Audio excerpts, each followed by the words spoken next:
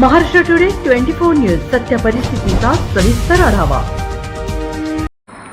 धुळे शहरातील अतिक्रमणावर बुलडोझर कार्यवाही, 200 अतिक्रमित घरांवर महापालिकेच्या कारवाईचा हातोडा। धुळे शहरातील देवपूर भागातील सुशी नाल्याजवळील अतिक्रमणांवर महानगरपालिकेने अखेर कारवाई केली आहे। धुळे महानगरपालिकेचा महसूल विभाग आणि पाटबंधारे विभागाने मिळून आज सुशी नाल्याजवळील 200 अतिक्रमित घरांवरील कारवाईच्या पहिल्या टप्प्यात 30हून अधिक घरांवर कारवाई केली। गेल्या अनेक वर्षापासून सुशी नाल्यात झालेल्या बेकायदेशीर बांधकामामुळे नाल्याचा प्रवाह अडला होता, ज्यामुळे वसाहतीच्या परिसरात पूर येत होता। गेल्या अनेक वर्षापासून सुरू असलेल्या अतिक्रमणाचा मुद्दाही या सत्रात उपस्थित करण्यात आला, त्यामुळे अखेर प्रशासनाने थेट कारवाई सुरू केली आहे।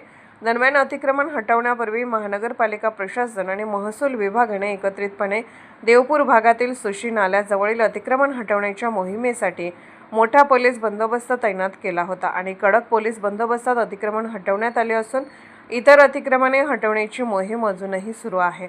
महाराष्ट्र टुडे मराठीसाठी ब्युरो रिपोर्ट मुरलीधर माळी, धुळे।